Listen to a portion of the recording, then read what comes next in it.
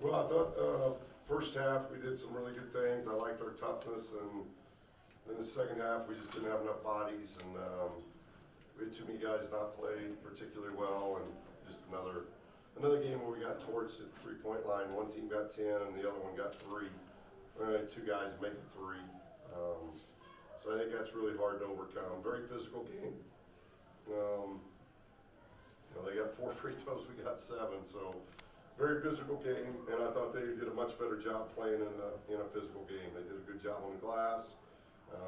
We had a low turnover game, did some good things there, but just very disappointed in the last 10 minutes of the game.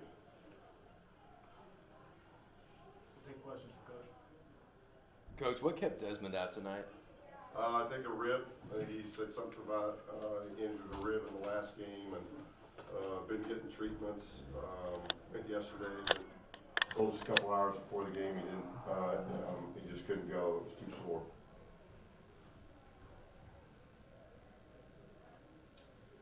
Talk about Warren getting back in there today, the double-double, and kind of came out physical. I mean, what did you like from him? He's missed 7-8 games. And I thought he did a lot of good things. He had 2 blocks. I thought he was really active.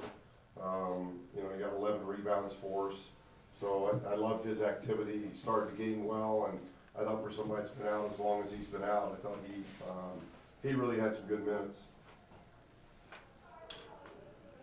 Defensively, what did you like out of your guys? I mean, in the first half, I liked how we battled. They made 5 threes both halves. It's not like they, we held them to 38% shooting for the game, but they shot 46 in the second half. I thought we were doing a good job in the paint. I thought, they got away from us a little bit there in the second half, and they got about 9 guys they can play, and we were really around 7 tonight. So I should have went deeper into our bench, but we opted, since we had rest, to play these guys as much as we could, and that obviously ended up not being the right thing to do.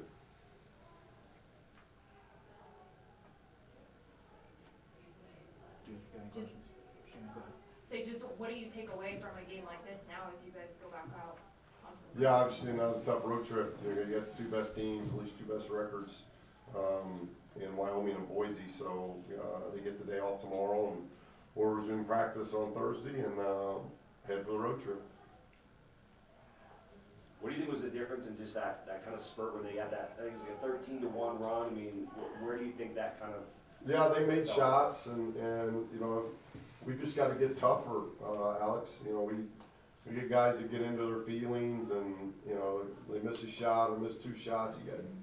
You just have to grow. You have to mature, and I thought we were very immature for about 10 minutes in the second half, and I think that was the difference in the game. You got to get on to the next play. Go guard your man. Go make a stop. Go get a rebound.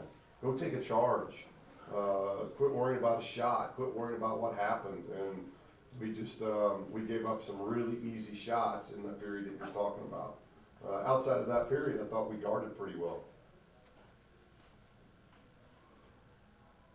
How important is it just to stick to your game plan still and do the things that you guys do well? Yeah, I mean, it's the end of February. You can't change who you are. It's the end of February, so we just gotta, obviously not having Dez, that's a 17, 18 point guy, and it's just what it is. I mean, it's not an excuse, but we were hoping somebody could step up and score, and we just we didn't have that. Warren came back and scored, and Grant scored, but didn't shoot the ball well.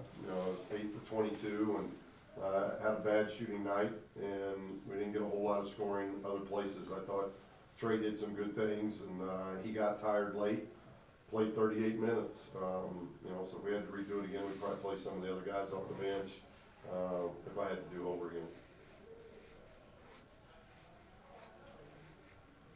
Coach, that was just every possession, very physical.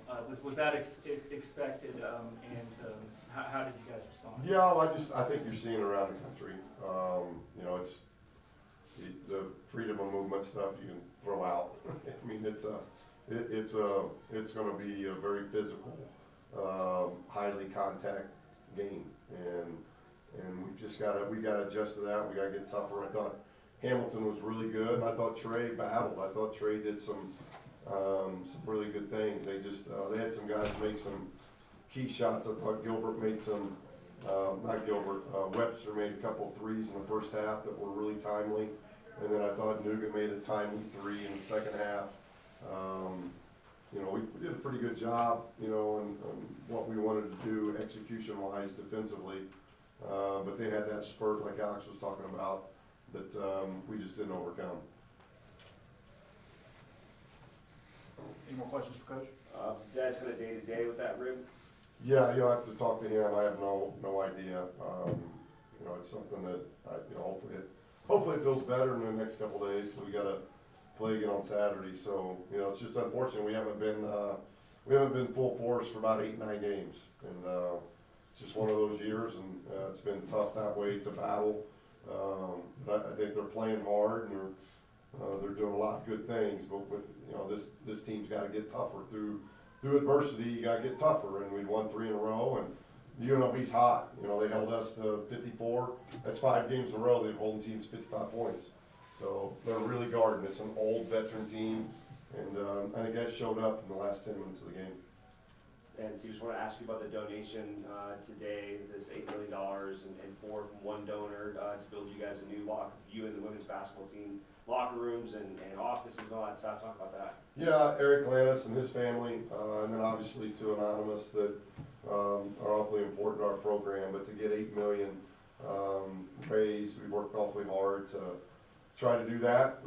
We need a locker room bad. It was something I was hoping it would already be there in year 1, and it's going to be there in year 5. So Eric and the others that have put a lot of time and effort and that kind of commitment, it's a very generous commitment. It's much needed, and I think that'll really help grow this program to the level it's got to grow. So I think it's really going to help Amanda and our program immensely, because I think when it's all said and done, it's going to be a state-of-the-art building. It'll be a great locker room and a lounge, which we don't have at Sessions, and it'll be great for our players. Obviously probably more for incoming recruits, but I think it's a huge step that we needed to take. And Eric and his family and the anonymous donors of their generosity is really putting us in a position where we can take that next step. And our team appreciates it. Our staff appreciates it. Doug was very vocal talking about you and Coach Neal, that you guys had a really big involvement in that relationship, to be able to get that done. I guess give people a little bit of insight of what it takes as a coach, or you or Coach Neal, to build those kind of relationships for these types of big donations. Well, hopefully people are seeing us in the community. We do Tanya's on the board of Make-A-Wish, and we're doing an awful lot with Make-A-Wish. I think there was a presentation at halftime for that, and that's something that's dear to us in giving to children. The Children's Hospital, it's been very difficult too the last 2 years with COVID. We haven't been able to get back. Our team, I think, last went in November. We haven't been allowed back in just because of the spike. And so hopefully next month we can get back in there. I do Cameo stuff, an app where all that gets thrown right back at Boys and Girls Club here locally. So it's something that I hope that the community sees that, we're invested here, and it's important. So those relationships that we build, these are not the results we wanted. It's been a very odd, strange, weird year. A lot of shutdowns, and then when we get back out of shutdowns, we've been nothing but injury ridden, and it's unfortunate. I appreciate how the guys are fighting, and I think that's the key, is just working and learning how to come through this adversity. I thought we had a terrific crowd tonight. I appreciate the crowd. I appreciate the students coming out. I thought everything was it was a live environment, and we just couldn't get it done. We apologize for that, and hopefully everybody will hang in there. We got one more home game.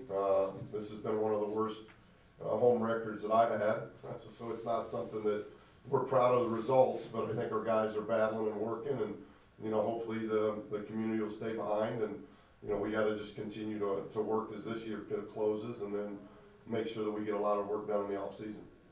Just one last question about Wyoming. Maldonado, EK, such a talented team. What kind of stands out about your preparation and just trying to face these guys on Saturday? It's a load, because they've got great inside-outside punch. They can shoot it, they score it. great home court. I don't know if they've lost there this year. You know, these two teams are easily two of the best teams we have in our league. So it's a very demanding, very tough road trip, and you know, hopefully we can get some health back and be a little bit deeper of a bench as we move forward. But you know, we'll just have to look. We haven't played them for a long time, but they came in here and handed it to us last time we played them. So it's a very, very good team. All right, thanks, Coach. Thanks, Thank everyone. you. Appreciate it. Thank you.